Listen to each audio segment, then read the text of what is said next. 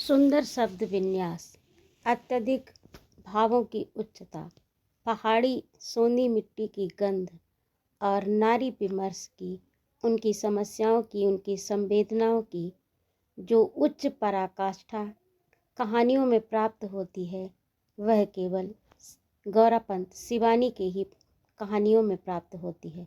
उन्होंने हिंदी साहित्य को बहुत ही उत्कृष्ट कथा साहित्य दिया है, जो कि अतुलनीय एवं हिंदी साहित्य के लिए अनमोल धरोहर है। तो आज मैं बात कर रही हूँ गौरापंत शिवानी की और उनकी कहानी मेरा भाई लेकर। तो आइए कथानक प्रारंभ करें। बेंगलुरु तब आज का बेंगलुरु नहीं था। शहर के एक प्रमुख चौराहे से मुड़ती संकरी गली जिस नई बन रही बस्ती में पहुंचते ही विलीन हो जाती थी, उस बस्ती का तब नाम था शेषाद्रिपुरम। नाम आज भी वही है, पर कलेवर बदल गया। उस सड़क का नाम था थर्ड क्रॉस रोड। कुछ मकान बन रहे थे, कुछ बन चुके थे। आज की उस गृह संकुल बस्ती में अपने 40 वर्ष पूर्व के उस मकान को ढूंढने के लिए मुझे घंटों भटकना पड़ा था। निराश होकर लौट रही थी कि एक सुदर्शन नवनिर्मित देवालय की घंटा ध्वनि सुन ठिठक गई। वर्षों की जंग लगी स्मृतियों की अर्गला सहसा स्वयं खुल गई। इसी मंदिर की तो तब नींव पड़ी थी और मैंने ही उस देवभूमि में भजन गाया था। नींव डालने वाली थी हमारी प्रतिवेशनी गिरिजाबाई। तेजी से कदम रखती मैं मंदिर के गर्भगृह में खड़ी हुई तो दीवार पर टंगे गिरिजाबाई के आदमकद तैल चित्र पर दृष्टि गई। रेशमी नीली साड़ी, चौड़ा सुनहला किनारा, यहाँ पर चौड़ा होना चाहिए, शायद मिसप्रिंट है। रेशमी नीली साड़ी, चौड़ा सुनहला किनारा, कंठ में पड़ा मंगलसूत्र, बड़ी सी ककरेजी बिंदी, नाक के दोनों ओर चमकती हीरे की लौंग और कानों में दगदगाते हीरे के कर्णफूल। पूरा मंदिर अगरबत्ती की धूम रेखा से सुवासित था। सूर्यास्त हो चुका था। आरती के लिए घृत ज्योति बना रहे पुजारी की नंगी पीठ देख मुझे एक क्षण को लगा कि गिरिजाबाई के पति राम स्वामी ही बैठे हैं। वे भी तो ऐसे ही नारायण स्वामी के भजन गाते घृत ज्योति बनाया करते थे और हमसे कहा करते थे, देखो माँ, इसे कहते हैं त्रिपुर ज्योति। पहले तीनों ओर से बत्तियां बनाओ और उन्हें एक कर दो। सुनिए, मैंने कहा। पुजारी चौंक कर मुड़ा। मैंने देखा तो वह कोई 20-22 वर्ष का तरुण पुजारी था। उसने आश्चर्य से मुझे देखा। यहाँ कहीं गिरिजाबाई रहती थी? यह मंदिर उन्हीं का बनवाया हुआ है ना? उसने सिर हिलाकर कन्नड़ में कुछ कहा। मूर्ति के सम्मुख झुके एक भक्त ने शायद हिंदी में पूछा गया मेरा प्रश्न और कन्नड़ में दिया गया उत्तर सुन लिया था। वह तो बहुत साल हुआ मर गया जी, उसने कहा। उनके पति? वह तो और भी पहले मर गया। आप बहुत साल बाद बंगलुरु आया है क्या? जी हाँ, 40 साल बाद। गिरिजाबाई हमारी पड़ोसी थी। सुब्बैया को भी आप जानते होंगे। गिरिजाबाई का अनाथ भतीजा जो उनके साथ रहता था, वह कहाँ है? सुब्बैया को पूछता क्या? फिर वह व्यक्ति पुजारी की ओर मुड़ रहस्यमय ढंग से कन्नड़ में कुछ कहने लगा। आप उसे नहीं जानते क्या? मैंने कुछ अधैर्य से पूछा। अम्मा, बेंगलुरु में सुब्बैया को कौन नहीं जानता? कितना मर्डर, रेप, बैंक रोबरी किया उसने। कर्नाटक गवर्नमेंट 10,000 रुपया का इनाम बोला उसको पकड़ने का। रेप, मर्डर और बैंक रोबरी। वह दुबली पतली टांगों और स्याह चेहरे वाला रिकेटी छोकरा। पर फिर मैं बिना कुछ पूछे चुपचाप बाहर निकल आई। एक बार फिर मैंने उन साथ साथ जुड़े 4 मकानों को देखा। नया नया पेंट, चमकती लाल छत, हरा पेंट किया जाफरीदार बरामदा और खिड़कियों के नए चमचमाते शीशे, जिन्हें हम प्रत्येक रविवार को अखबार की भीगी लुगदी रगड़ रगड़ कर साफ करते थे, जिससे उनकी शुभ्र पारदर्शिता भेद गोल कमरे में धरा हमारा रोजवुड का नया नया फर्नीचर सह चलते राहगीरों को भी क्षण भर ठिठकने को बाध्य कर दे। द्वार पर चढ़ी थी प्रिम रोज की बेल, जिसके नन्हे नन्हे पीले गुलाबों की सुगंध संध्या होते ही अगरबत्ती की आभसन धूम रेखा से पूरे परिवेश को सुवासित कर देती। वह बेल हमें सुबैया ने ही ला कर दी। कहता था वह सर मिर्जा इस्माइल के माड़ी, यहाँ पर भी मिसप्रिंट है, वह सर मिर्ज़ा इस्माइल के माली से बड़ी चिरौरी कर हमारे लिए मांग लाया था। आज हमारे उसी मकान की खिड़कियों में बदसूरत टीन ठुके थे। प्रिमरोज की बेल न जाने किस अरण्य में विलीन हो गई थी। गेट टूटकर किसी बूढ़े जर्जर दांत सा लटक रहा था। काल की कुटिल गति क्या मनुष्य और वनस्पति, पेड़ पौधे, इमारत झोपड़ी किसी को नहीं छोड़ती। इसी परिवेश में मेरे कौशर्य की, कैशौर्य की कितनी सुनहली स्मृतियां दबी पड़ी थी। तब इस मंदिर की मूर्तियां गिरजाबाई के गृह में प्रतिष्ठित थीं। लाल मेजोइक फर्श, अगरबत्ती और बेले मोगरे की खुशबू के बीच स्थापित वेंकटेश की दिव्य मूर्ति के सम्मुख तब भी अखंड ज्योति जलती थी। स्वयं गिरजाबाई का तेजोमय व्यक्तित्व भी उस पूजन गृह से मेल खाता था। गिरजाबाई और राम स्वामी निसंतान थे।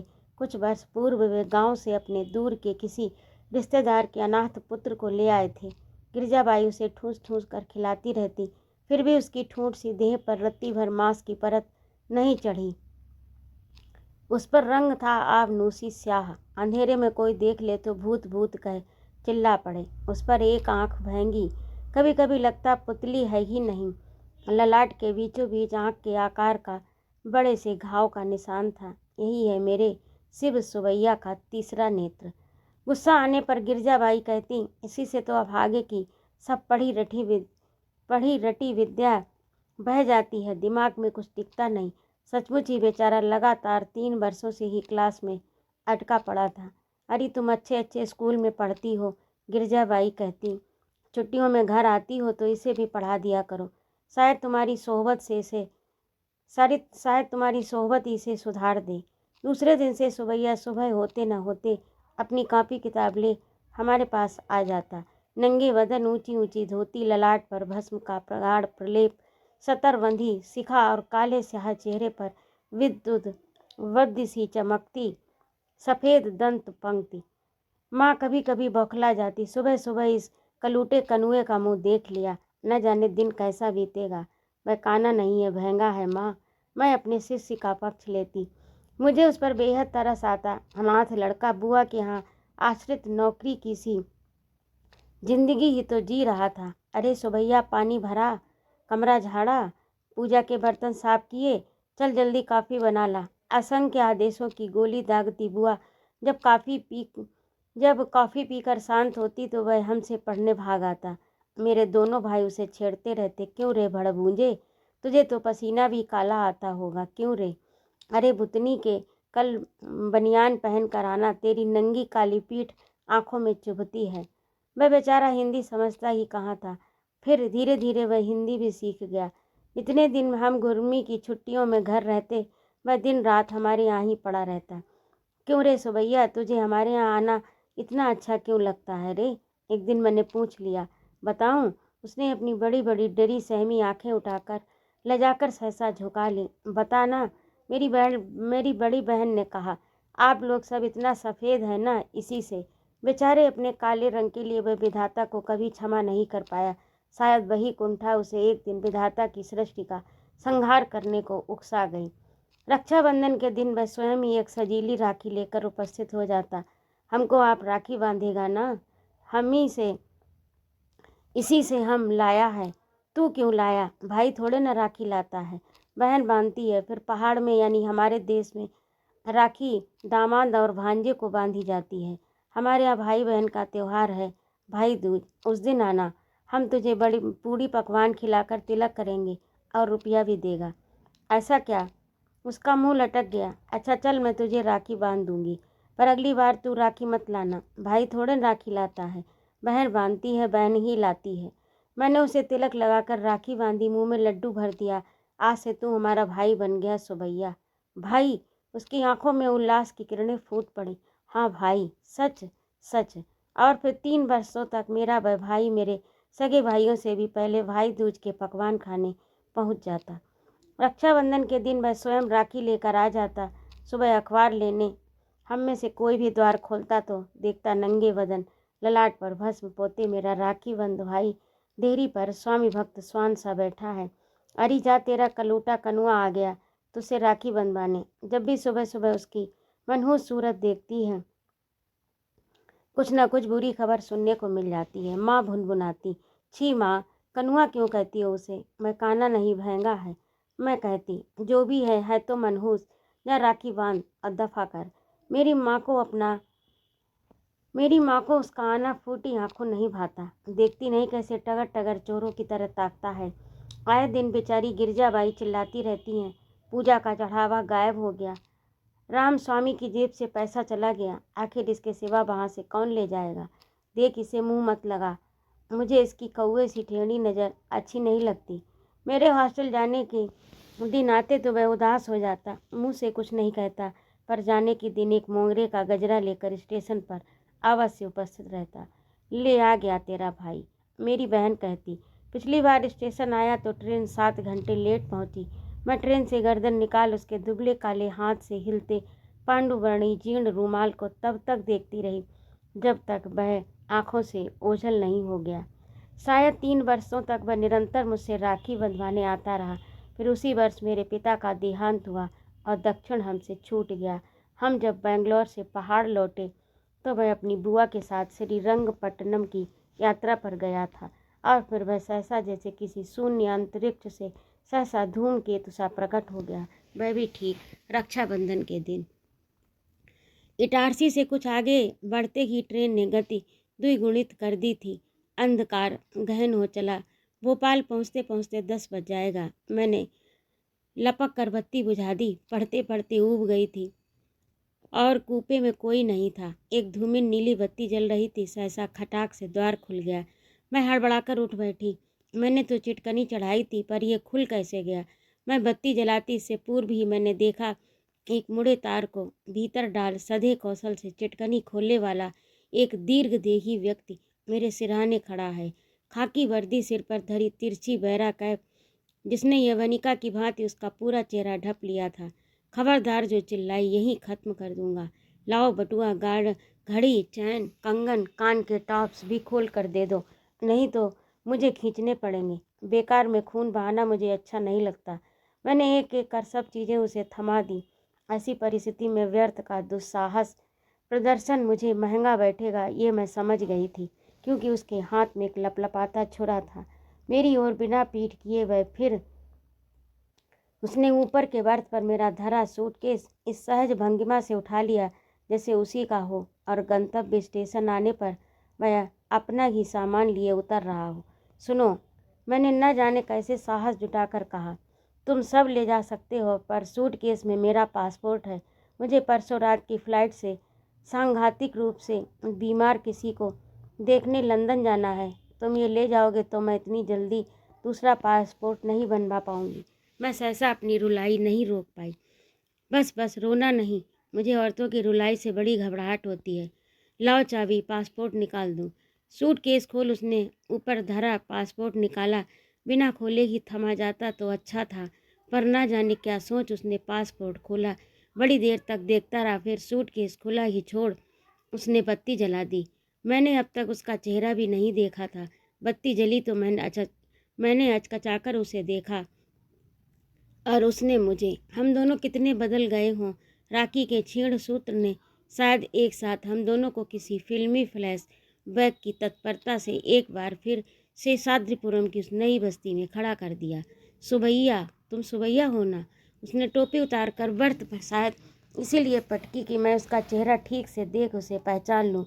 ललाट के बीचों बीच उसका तीसरा नेत्र उसकी दुष्कीर्ति की भांति जैसे और फैल गया था। यही तो है मेरे शिव सुबैया का तीसरा नेत्र। इसी से तो अब आगे की सारी पढ़ाई लिखाई और सारी विद्या बहकर निकल गई। दिमाग में कुछ टिकता ही नहीं। जैसे गिरजाबाई कमर पर हाथ धरे उसे कोस रही थी। आज इतने बरस में तुमसे मिला, वह भी ठीक रक्षाबंधन के दिन। तुम पासपोर्ट नहीं मांगता तो हमसे आज कितना बड़ा पाप हो जाता। इससे भी बड़ा पाप नहीं कर चुके हो क्या? सुना है बहुत नाम कमा चुके हो। 10,000 का इनाम है तुम्हारे सिर पर। मेरा स्वर शायद कुछ अधिक ही तीखा हो गया था। वह खिसिया गया। माँ कहाँ है? बड़े भाई कहाँ हैं? तुम्हारा हस्बैंड किधर है? जिन सबकी कुशल वह पूछ रहा था, वे सब एक एक कर सांसारिक कुशल क्षेम की परिधि से बहुत दूर जा चुके थे। फिर सकपकाकर उसने पूछा, तुम शादी तो बनाया ना? मैं चुप रही। सहसा वह चौकन्ना होकर सतर हो गया। गाड़ी की गति कुछ धीमी हो रही थी।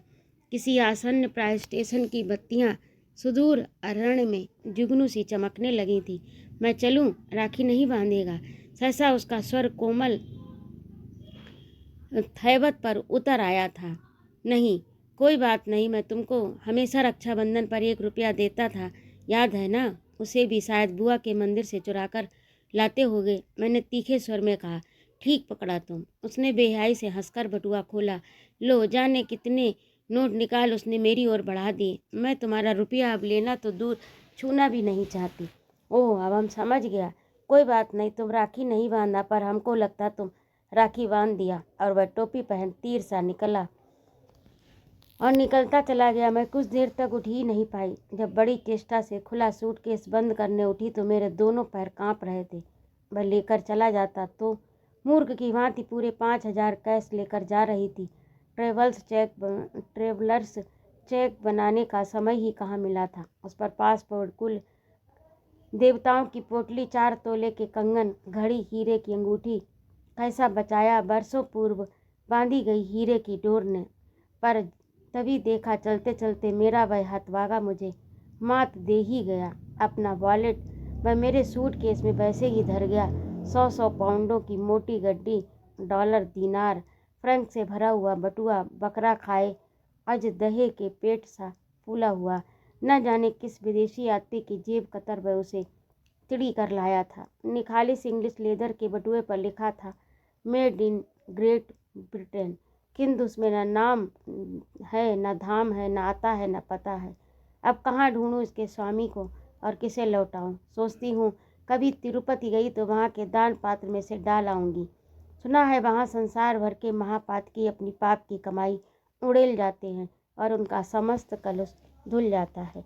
राखी तो उसे नहीं बांध पाई, पर इतना तो कर ही सकती हूँ जिसे अब मैं नहीं ढूंढ पाऊंगी।